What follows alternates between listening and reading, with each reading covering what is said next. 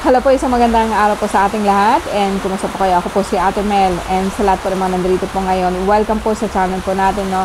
And sa ngayon guys, no, balik po tayo sa ating tawas. This is tawas number 10 and sa Pisces po, no, yung mga tao na isinilang mula February 19 hanggang March 20, no? Ito po yung card po to or mga tao po na isinilang between February 19 to March 20, no? So Pisces belong to Pisces. And ito po ang titingnan po natin ngayon. Now, be reminded po guys na ang card po na to is, ang reading na to is sa mga tao po na may nararamdaman. Hindi lahat po ng Pisces may sakit, di po ba? So, para ito sa inyo, kung sakali pong may nararamdaman po kayo sa katawan nyo, it's just like matagal na po kayong nagkakasakit and hindi malaman-laman, pwede nating malaman po siya through via tarot card.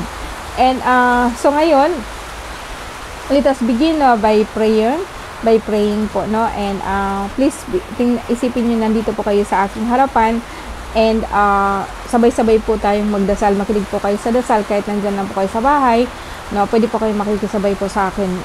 Isipin po ninyo yung araw na nakatutok po dito sa inyong noo, sa ating lahat, sa ating between two, para magkakaroon po tayo ng connection, no?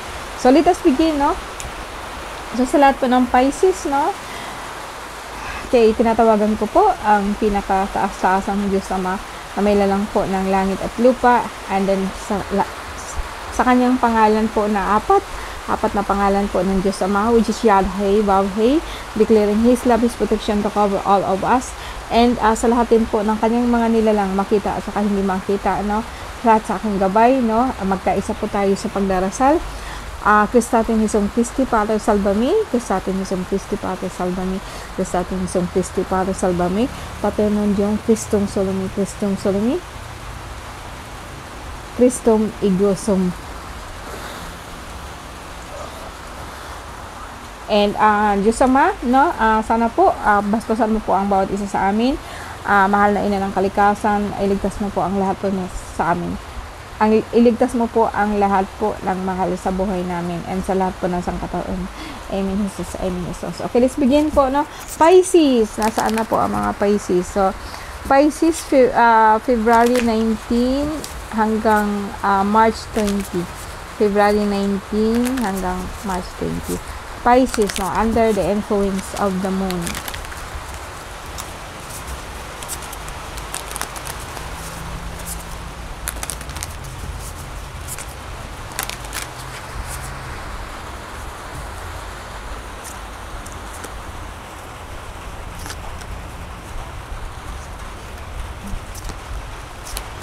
Okay, magbigay po ako sa inyo guys ng siyam na tatlong spread na tigsisiyam. And tingnan natin ang pagtugmain natin kung ano po ang pinaka main energy po ng Pisces sa ngayon.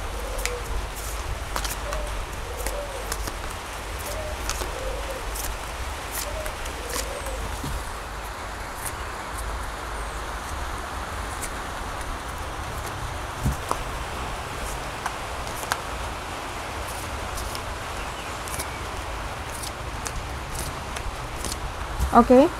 So, sa ngayon po, no, may nakita po ako na pinaka-main po ng problem natin is like, may nagpapalipad po sa inyo, no. Eto po, no. Sa lahat po ng Pisces po sa ngayon, may nagpapalipad po sa inyo, and pangalawa dito is like, may parating or may sinasabi po natin na parating or paalis, no. The mirror. Okay? So, ito po yung tagatawid po ng ating consciousness or tagatawid po ng ating iniisip, no. So I would say na sa sakit, wala akong makitang sakit. This is from ang psyche po ninyo or buong pag-iisip po ninyo is like gusto po ninyong umalis, and gusto ninyong umalis, gusto po ninyong mag-travel, and I like this kind of guy, no. This is actually a very good energy, no. Ito po siya is, kumbaga sa akin, nila lang po siya na galing sa dagat, pero nagbibigay po siya sa iyo ng information, something like, or ikaw ito mismo na nagsisik. Nakapagtataka guys na isa po kayong Pisces, so isa po kayong under the influence of the moon.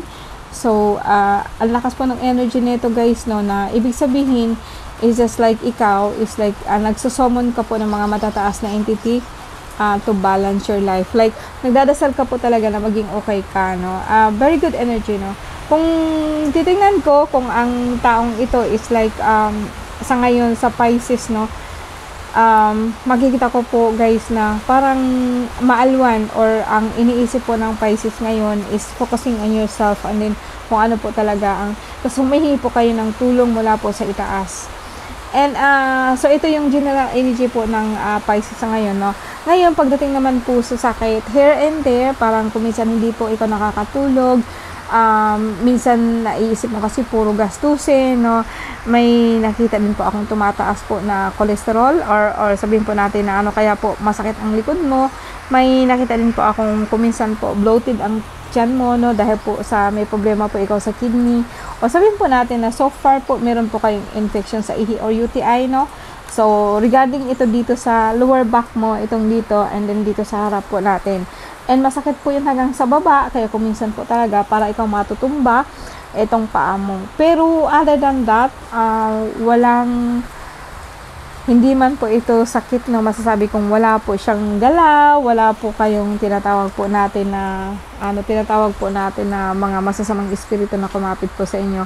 Congratulations po sa lahat po ng Pisces sa ngayon, no? At least po, kahit pa paano po, nagbago po ang energy natin lahat, no? And hindi lang po ito Pisces, sa lahat po ng cards po sa ngayon, no?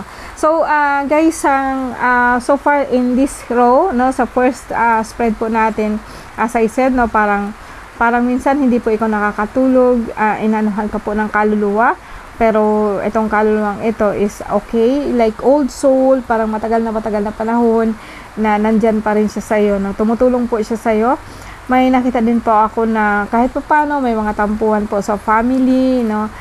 And parang sigalot or sabihin natin na tampuhan lang po, pero okay naman siya, hindi naman talaga yung sobra-sobra. Pagdating naman dito, pwedeng sabihin po natin na ikaw, nagbabalak po ikaw na lumabas ng bansa, no? Some of you, maybe some of you also aspiring na magkaroon po ng sariling lupa or matitirahan na sarili po ninyo, no? So, eto kasi parang eto ang nakikita ko ngayon, pero kung sa sakit naman, pwedeng sabihin ko po na masakit po ang, like ang problema mo talaga, kaya po pabalik-balik po yung sakit mo, dahil po sa may problema ka nga po sa kidney. Or sabihin po natin na bato or something, no? And eto guys, no, pwede kang uminom po. Damihan mo po yung tubig, tapos bawasan mo po talaga yung maaalat. Kasi wala akong nakita dito more on may infection po ikaw sa ihi. O sabihin po natin na problema po sa kidney. But so far is okay siya. So meron lang para sa akin po, may tumitira sa iyo sa likuran, no? Dahil nga po sa inggit and sarili lang pong kapamilya po natin, no? Dahil nga po ang rason po nila, nagugutom po sila, no? So eto naman last dito sa left side po natin, pwedeng sabihin ko na may isang nagalit po sa inyo, kaya kuminsan po talaga pag nagagalit ka, no, yung acidic mo nagtataas po talaga. Pero meron din po ako nakikita na kumbaga sa akin, ang sakit mo gawa po ng mga tao po na sige po ang bagang ritual, no, nagre-ritual po sinda, pero not against you, nadamay lang po ikaw. And kuminsan po mag-alay ka po ng chocolate, no, kasi may mga duwende po ako nakikita dito na nagugutom po sila kasi nakatali po sila, no? So pawalan ko sila po, and then anuhan po na minsan magbigay ka po ng mga chocolate, yung M&M or sabihin po natin na nips, basta wala po siyang peanut, na yan po ang gusto. Iba't ibang kulay, kasi iba't ibang kulay po ito, malakas po ito sa lahat po ng duwende. Kaso lang sa ngayon po, kasi may tama po siya dito, no, sa likod, and hindi po siya makaangat-angat, no. Kaya kung minsan po, yung likod mo din, nagkaroon din po ikaw ng rashes, no, talagang gutom na po siya. So, ikaw din po, parang, kaya nga po, may problema ka din po sa kidney or something dahil po dito, no. So, pwede po ikaw, ang mga duwende kasi, ang pagkain nila, chocolate, kanin po na bagong luto, at saka mga chocolate, pwede kumakain po sila niyan. Tubig, gano'n, no. So, bigyan ninyo sila, sa lahat po ng cancer, sa lahat po ng Pisces sa ngayon. Okay, sa lahat po ng Pisces sa ngayon, make sure po na kahit pa paano magbigay po kayo ng chocolate, bigay po kayo ng news, iba-ibang kulay, no? Meron po kayo nun. And pagdating naman po sa kaluluwa, let's say, let ko na po ninyo sila, no? Matagal na ito, hindi naman to immediate relatives mo, no? Matagal na po na mga yumao po, pero kamag-anak mo sila, no? So, yun ang nakikita ko, guys, na wala akong no major problem. So, bawasan mo lang ang kanin, bawasan mo lang pagkain po ng mga maaalat. Okay? Yun lang po nakita ko sa lahat po ng Pisces sa ngayon. Good card po kayo. And tingnan natin kung ano po ang mensahe. Bawat zodiac po, nabibigay po ako ng life message po, no? So, ito ay bago po natin na tarot card or tarot deck.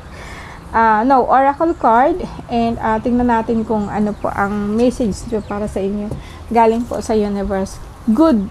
First time kong nakaano po na maganda po ang card ninyo ngayon, guys, no?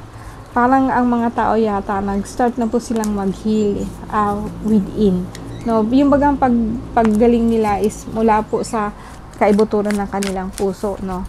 And wala na masyado pong negative na nagkikling po sa mga tao sa ngayon, no? Thanks God, praise God po talaga. Okay, overcoming. Okay? So, na-overcome ninyo, no? Ang ganda, no? Ang ganda ng drawing.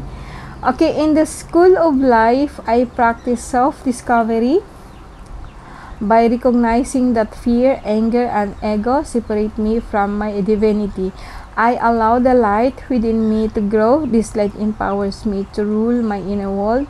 Today, I overcome all that separates me from my true self, no? So, kumbaga sa akin, hindi ka na plastic para sa sarili mo. Kasi kung minsan kasi, akala natin, no, sila may maraming mga taong plastic para sa ibang tao, pero maraming din tao na plastic sa kanilang sarili. Hindi nagsasabi ng totoo ba? Hindi sila nagtatabi ng totoo para sa kanila. Yung mga tao po na mahilig po magsinungaling, mahilig po na even to the fact na sa sarili nila, alam nila na hindi sila yun, pero patuloy pa rin po na nagmaang-maangan para po tatanggapin po ng masa, no? Well, sa akin, guys, no, sa pagkakaalam, at actually last 2 months po ako nawala dahil po sa mga changes, mga pagbabago po, no, sa buhay ko.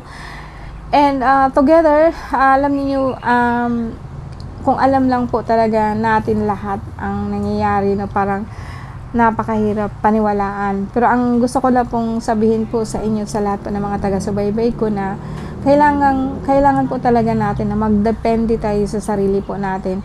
Ipaglaban mo ang karapatan mo. Kung talaga pong ikaw po wala pong kasalanan din, ipaglaban mo yon.